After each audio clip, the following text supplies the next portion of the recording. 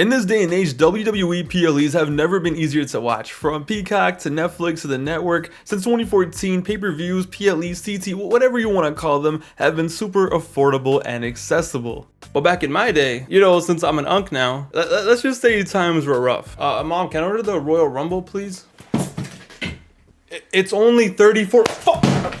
Prior to 2014, when the WWE held a pay-per-view every single month featuring all the best and most exciting matches you actually wanted to watch, you had to pay anywhere between $30 to $40 every single time. Meaning if you wanted to watch every single pay-per-view of the year, you had to shell out around $400. Yeah, that wasn't happening in my house. In my immigrant household, I was lucky enough to order maybe 2 to 3 pay-per-views a year, which even that was a miracle after what I did in 2004. So in the case I was able to order a pay-per-view, it was a pretty big deal in my household. It was an investment, it was special. You had to be super careful of what show you chose. Because as a kid, you want to watch every single pay-per-view, and the propaganda they did on TV, it made it seem like every single pay-per-view was the biggest thing ever. Meanwhile, it's like Over the Limit 2010. But it was important to choose a good show because you didn't want to waste your parents' hard-earned money, you didn't want to waste one of your pay-per-views of the year, and also you never wanted to be in a situation where you order a show, it ends up being mid, and then the next month there's like a classic pay-per-view going down. However, the sad reality is if you ordered pay-per-views in the 2000s and early 2010s, eventually your dumbass was going to end up ordering a stinker, and in my day, I had a fair share of stinkers. But there is one pay-per-view so dog shit, so horrendous, so bad that honestly my parents probably should have disowned me for spending their money on this. Ladies and gentlemen, I was one of the dumbass kids who ordered the Great American Bash 2006. Yeah, I was a horrible son. What do you want from me? The Great American Bash 2006 is no doubt the shittiest, just absolute worst, just horrendous, the most horrendous show I've ever had my parents spend money on. To this day, I feel so bad for ordering this show because I low-key gaslit my parents into getting this for me. This wasn't a show I was excited for or a show that I really wanted or craved.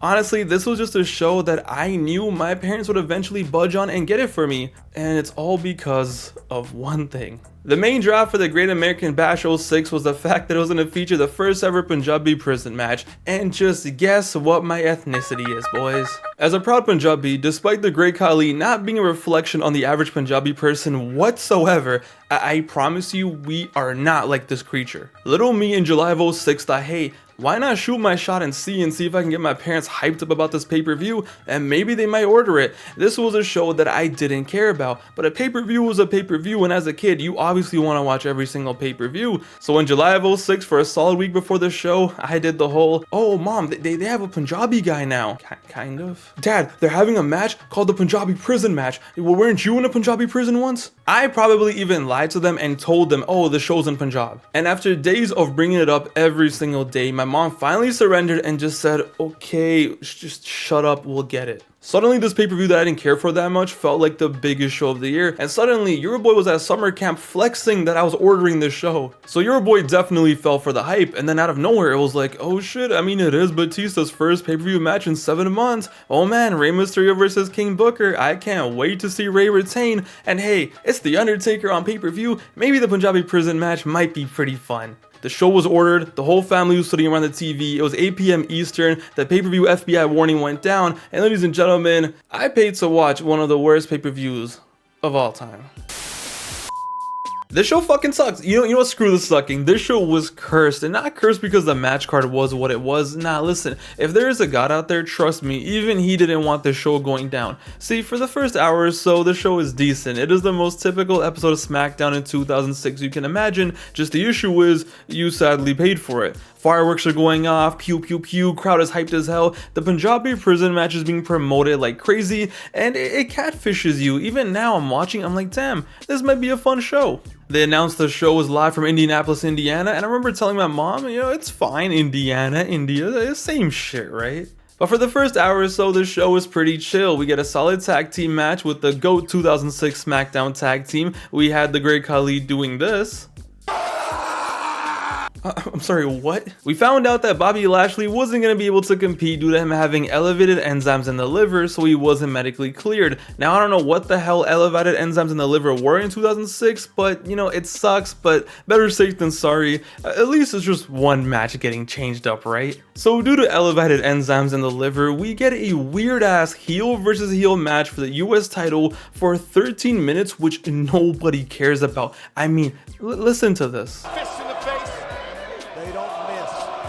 It is what it is. We passed the time with a heel versus heel match. We then got Matt Hardy versus Cruiserweight champion Gregory Helms for some reason. Solid little match, two good friends doing their thing, can't complain. By the time the match was over, which had absolutely zero stakes, 1 hour of the show had passed, and if you do the math, you basically paid $14 or so for a house show feed. But in my 7-year-old at the time, I was like, hey, it's all good. The first hour was just the pre-show. The real movie's about to start now. Yeah, if only. And it was finally time for the first ever Punjabi Prison match. Going into this match, we had no idea what the hell this was gonna look like. Even as someone who was Punjabi, I didn't know they had different prisons in Punjab. No idea what it looks like, no idea what the rules were. All we knew was a Great Khali and the Undertaker were gonna get it on. So before the match starts, it cuts to a backstage segment where the Great Neanderthal is walking around backstage, apparently looking for the Undertaker. Homie, your match starts in 2 minutes. Why are you tweaking? Then out of nowhere, Undertaker pulls up looking like a fashionista, hair all dry, titties out, and the Undertaker and Khali start beefing for no reason whatsoever, just straight up blasting backstage. Then out of nowhere, a new player spawns in the map, and who could it possibly be? Who is a wrestler who just spawns at wrestling shows? Well, it's a big show. The Big Show, of course, because when in doubt, call Paul White. When in doubt, call the Big Show. Big Show and Khali destroy the Undertaker. And this is ECW champion 2006 Walrus Peter Griffin looking as Big Show. He saves the day, and we get the most random team up we had seen. Okay, then you would think the segment is over. Undertaker's gonna go injured into his match. All right, cool, interesting. But nah. Why would we stop there? Teddy Long comes out, and ladies and gentlemen, remember that match that was promoted heavily for weeks? Remember that match we beat over your head? The match we promoted at the press conference on SmackDown? The match we promoted on the pre-show just an hour? The match we promoted when the show started? Yeah, no, it's gonna be the Big Show versus the Undertaker in a Punjabi Prison match. Dog, what? Khali starts and boom, there you go. A man from South Carolina and a dead man from Texas. We're gonna have a Punjabi Prison match at the Great American Bash 2006. Fuck your storyline, fuck your angles, fuck you, Pav, and your family for ordering this. You're getting the Big Show. Now you're probably wondering, why, dude? Why did they change this on the night of the show? Elevated enzymes in the liver. Yo, what were these freaks doing backstage? See, it turns out Bobby Lashley wasn't the only one sidelined on this show. Nah. Somehow Khali also had elevated enzymes in the liver, so this Neanderthal was also not able to wrestle. So why did they keep promoting it? Oh, and remember that Hardy versus Helms match? Yeah, that was kind of weird and random, right? Yeah, originally it was supposed to be Super Crazy versus Helms. Turns out he also had elevated enzymes in the liver. What were these men doing in the summer of 06? So 3 matches on the pay-per-view get changed the day of, and God forbid we announced that before the show, but now we had a Punjabi Prison match without a Punjabi. And when I tell you my parents looked at me like I was the biggest idiot for watching wrestling and paying for this, I'm not lying, that was it. First of all, this was their first time seeing Khali, so they were just like, what is this? Second, he wasn't even wrestling. Third, I made them pay $35 for this. And fourth, we were getting the Big Show instead. Now, I get it, Big Show is 10 times better than Khali, but they couldn't have found someone else. But don't worry, it was just gonna get worse. Way worse. It was time, boys. The prison was lowered to the ring. Weird Bollywood music started playing. All you hear is Lights are yellow. Cole is all like, oh my god, what a structure. Cole tells everyone the rules of the match. There's 2 cages. The first cage has 4 doors that you can use to exit. Once you call for a door to be open, it is only open for 60 seconds. Okay, you know what? Listen, no one cares. No one cares. You just have to escape both cages to win. Big Show comes out and this guy looks so confused. You can literally see him mouth the word "what the f" as he walks out to the ring. He looks traumatized, he looks worried, and I don't think it's because he's scared of the situation. No, he just knows this is gonna suck. Big Show gets in the ring, and then it was time for The Undertaker. And honestly, jokes aside, did I really care Khali was out as a kid? No, not really. It was whatever. I was just amped to see The Undertaker on pay-per-view. I had hopes for the prison match because as a kid, a stipulation match is still a stipulation match. But little did I know. Taker's music hits, lights go out, and ladies and gentlemen, the Big Show starts crying.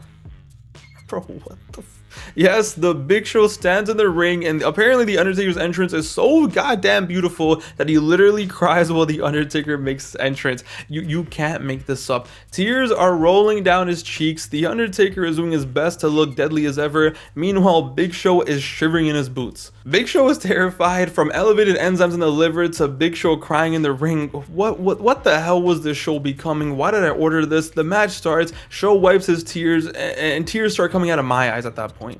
I have probably said this before on this channel, but this is the worst match I've seen in my life. 2006 Big Show moving around like he had cement in his boots, Undertaker doing his best to salvage this, but there is nothing he could have done. Punch, kick, everyone laid down, sweat is pouring all over the ring. Big Show just looks like a hot dog. I don't even know what that means, but he does. Big Show spent 4 minutes choking the Undertaker at one point, and then Show goes for a choke slam, but hey, at least Taker is trying his best, right guys? What was the Big Show doing? Moaning, groaning, and grunting. You know what this match needs? It needs blood. You know what? Maybe if we bleed, the fans they'll like it. It'll be an epic match then, right? Eventually, both men leave the cage, and in a 500 IQ moment from the Big Show, I can't even lie, he throws the Undertaker back in the cage and closes the door. So all he had to do was just climb the second cage and get out of there, and he won the match, and he ends this godforsaken match. But does this man look like he has the energy for that? Homie is about to die from heat exhaustion any second. Big Show tries to climb the cage, but after 3 minutes, Undertaker pulls it like Jack Sparrow in his prime. Taker goes Super Saiyan mode. Everyone is bleeding, and well, look who it is. The great Khali and his elevated enzymes in the liver pull up from the crowd, and it's like, oh, here we go, it's about to go down. Nah, you thought. Undertaker jumps from one cage to another, lands on the Big Show, the second cage breaks, and the Undertaker is declared the winner. Now tell me guys, how the hell did the Undertaker win if Big Show's fat ass landed on the ground first? Big Show is literally out the cage first, but nah, we're sorry, Undertaker wins, GG. Yo, what is going on now? I don't blame him. Just end the match, do whatever you can, but they couldn't have thought of a better ending where the guy who's supposed to win lands first, and then what is Khali doing? Guys, what is, instead of just going around and beefing the Undertaker after coming out, for some reason Khali just climbs up the cage, which by the way, the Undertaker is not in anymore, and he just I don't even know, just does this. You know what? Respect, go off, king. You respect to you.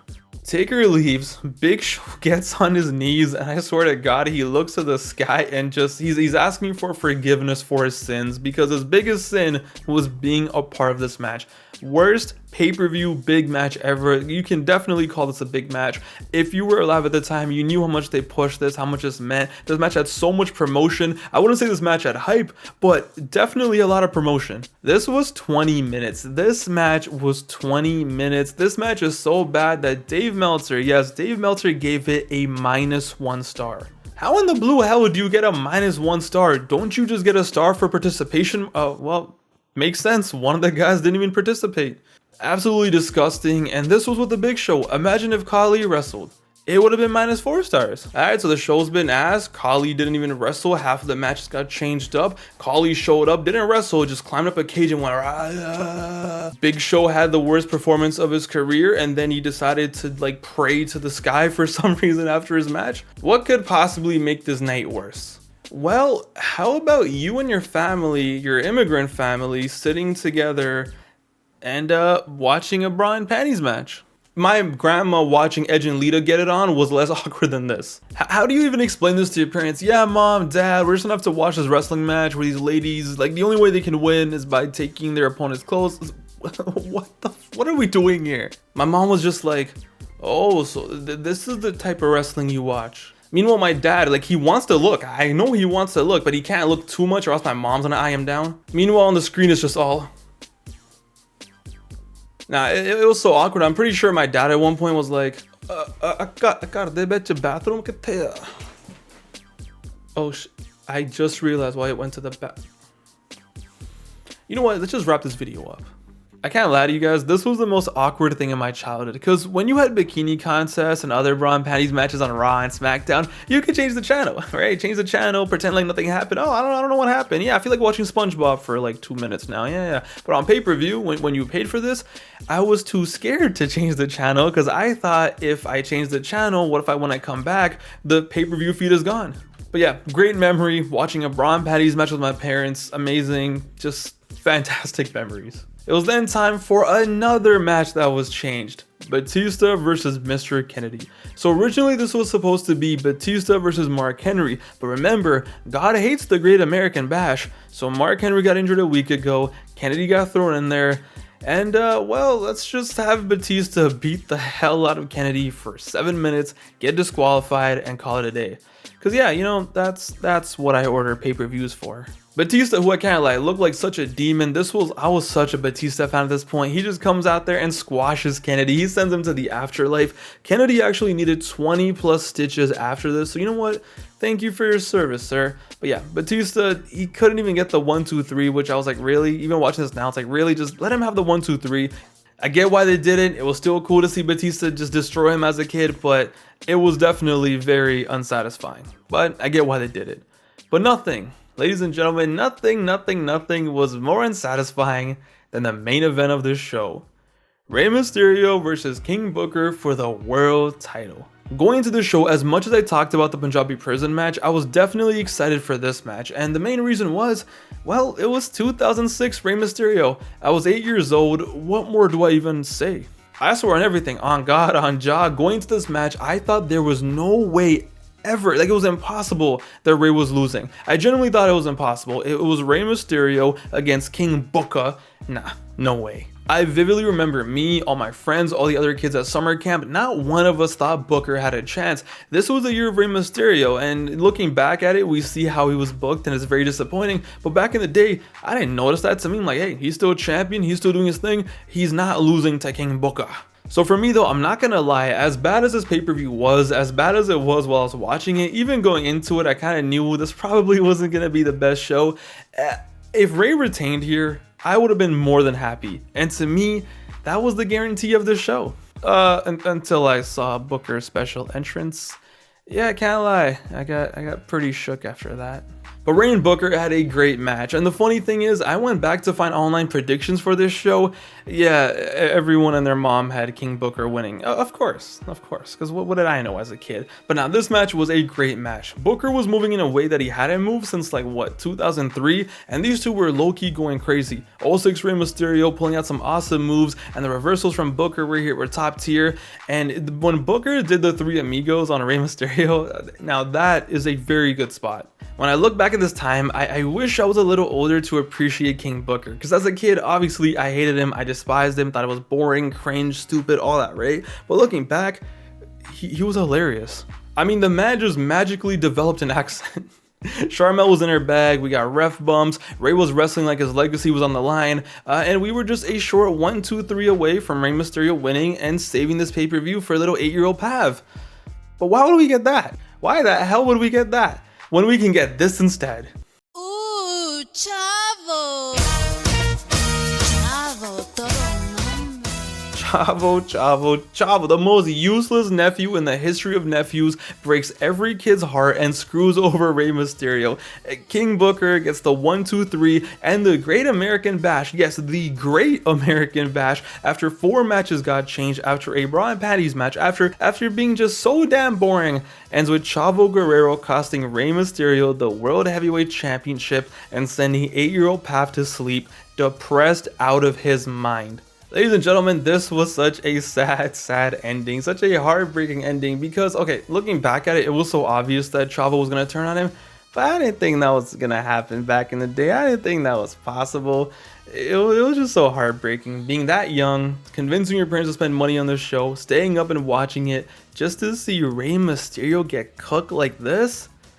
I'm pretty sure I cried that night. This was the second worst day of my life. The first worst day of my life was also in 2006. But nah, this hurt. It would have hurt 10 times less if I just waited until SmackDown and found out on that. But nah, here I was, after convincing my parents to spend money, here I was at 10:30 p.m. in the living room, just depressed. And as the show went off the air, all you hear is, Oh, hail King Booker. Alright, man, just shoot me, bro.